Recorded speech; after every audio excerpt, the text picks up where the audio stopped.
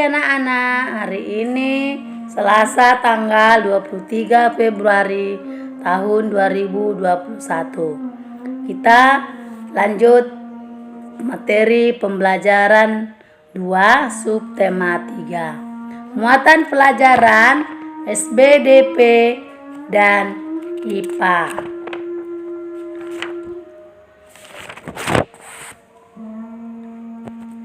Anak-anak, dipelajari tema 7 halaman 67. Judulnya seni patung. Perhatikan gambar berikut. Nah, situ ada gambar 3.2 yaitu karya seni patung. Nah, patung terbuat yaitu dari kayu, bisa dari semen. Tahukah kalian bagaimana sih mengenai seni patung atau bentuk seni 3 dimensi buatan manusia yang menampilkan nilai estetika atau keindahan? Nah, patung juga dapat digolongkan sebagai seni 3 dimensi karena mempunyai ukuran panjang, lebar, dan tinggi atau volume, dapat dinikmati dari segala arah. Nah, ada banyak sekali jenis-jenis patung yang dibuat manusia. Jenis-jenis patung dapat dikelompokkan menjadi 2, yaitu 1 berdasarkan bentuknya, 2 berdasarkan jenisnya. Nah, berdasarkan bentuknya, seni patung terbagi menjadi 2 jenis, yaitu A. Figuratif, B. Non-figuratif. Nah, figuratif ini adalah jenis patung yang dibentuk dengan meniru bentuk yang ada di dalam kehidupan yang nyata.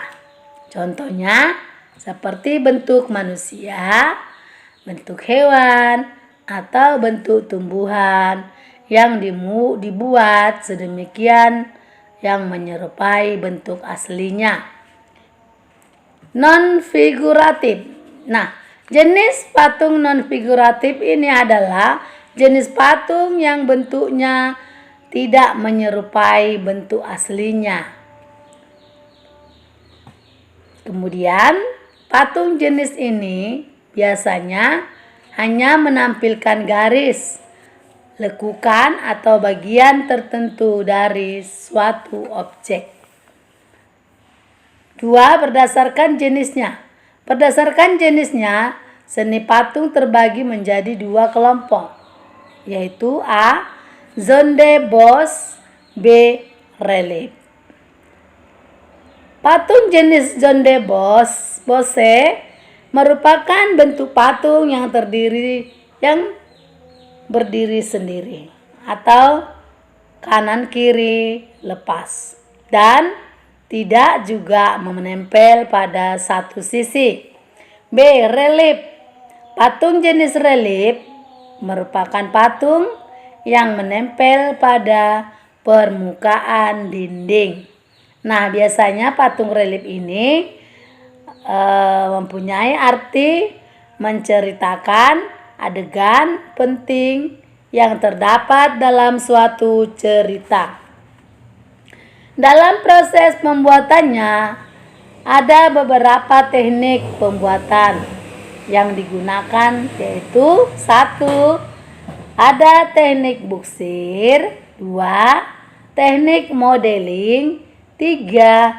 Teknik merakit atau cor, 4. Teknik merakit, 5. Teknik membentuk, 6. Teknik pahat. Nah, sekarang kita bahas satu persatu. Yang dimaksud dengan teknik buksir itu adalah merupakan salah satu teknik pembuatan patung, yaitu dengan cara mengurangi bahannya lunak seperti tanah liat, gips, malam, dan bahan yang berstruktur lunak lainnya. Jadi sehingga tercipta karya patung yang memiliki nilai estetika. 2. Teknik modeling. Modeling merupakan teknik membuat patung dengan cara membuat model terlebih dahulu dan setelah itu dibentuk patung sebenarnya. 3. Teknik merakit atau cor.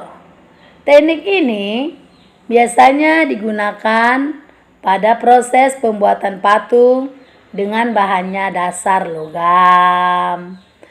Jadi pembuatan ini diawali dengan memanaskan logam tersebut sehingga mencair. Kemudian dituangkan dalam cetakan patung yang telah dibentuk rupa patungnya. 4. Teknik merakit.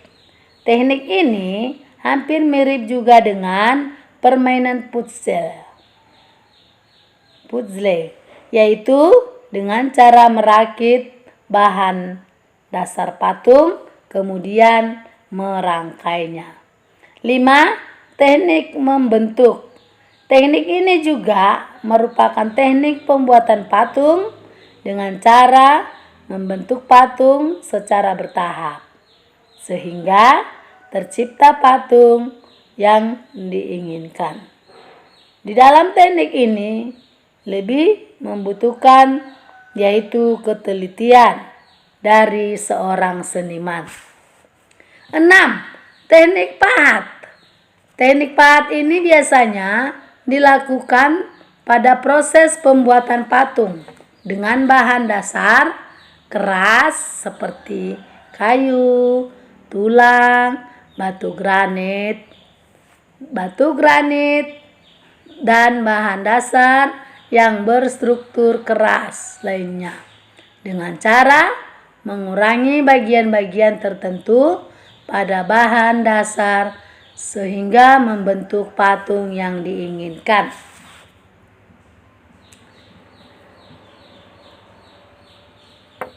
Kamu sudah menginjak masa remaja sekarang.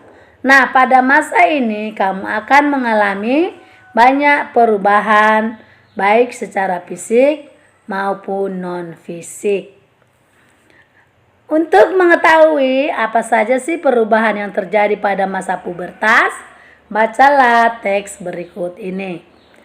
Pubertas atau puber merupakan salah satu tanda anak sudah mulai fase remaja. Pada masa ini terjadi cukup banyak perubahan yang dialami oleh anak, baik itu laki-laki maupun perempuan mengalami fase pubertas. 1. Masa pubertas pada perempuan. Tahapan perkembangan fisik anak perempuan saat memasuki masa puber. A. Bentuk tubuh berubah seiring dengan bertambahnya lemak tubuh. Seperti tubuh orang dewasa, tubuh anak mulai memiliki bentuk. Hal ini biasanya dilihat pada area dada, pinggul, paha, dan lengan. Selain itu juga tinggi badan anak juga akan mengalami perkembangan yang pesat. B. Wajah dan kulit berminyak. Nah, itu adalah perubahan hormon di dalam tubuh memicu bekerjanya kelenjar minyak pada kulit, terutama di daerah wajah sangat rentan munculnya jerawat jika wajah tidak rutin dibersihkan. C. Menstruasi. Pada akhirnya seluruh tanda yang muncul pada perubahan fisik anak akan diakhiri dengan munculnya menstruasi. Pada masa inilah anak membutuhkan asupan nutrisi yang cukup. Selain itu juga anak harus mulai rajin menjaga kebersihan pada organ reproduksinya. 2. Masa pubertas pada laki-laki. Berikut ini tahapan perubahan fisik yang dialami anak laki-laki pada saat pubertas. A. masa otot membesar. Selanjutnya, anak laki-laki akan mengalami perubahan massa otot yang dapat dilihat dari bentuk dada yang melebar dan terkadang muncul rambut halus, serta bagian lengan dan kaki mulai berotot. B. Perubahan suara. Jangan kaget jika suara anak-anak tiba-tiba terdengar lebih berat. Hormon testosteron menyebabkan tulang rawan dalam kotak suara mulai tumbuh lebih besar dan tebal. Nah, inilah yang menyebabkan pita suara bergetar di frekuensi yang lebih rendah sehingga suara anak pun terdengar lebih berat atau dalam. C. Wajah berminyak dan berjerawat. Serupa dengan anak perempuan, hormon yang berkembang saat puber mempengaruhi kelenjar minyak, terutama di area wajah.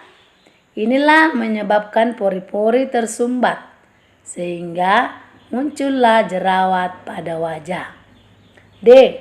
Muncul kumis atau jenggot. Beberapa anak menemukan kumis atau jenggot tipis yang tumbuh di wajah mereka. Nah, puncak dari pertumbuhan fisik anak laki-laki biasanya terjadi pada usia mulai 14 hingga 17 tahun yang ditandai dengan postur tubuhnya lebih tinggi, besar, dan kuat. Berikut pertumbuhannya, anak pun mulai melambat. Jadi, pastikan anak-anak mendapat asupan nutrisi yang cukup dan seimbang guna menunjang masa pertumbuhan anak pada masa pubertas. Sampai di sini materi kita anak-anak. Apabila ada kesalahan saya cara menyampaikan materi tersebut, saya mohon maaf yang sebesar-besarnya. Selamat pagi.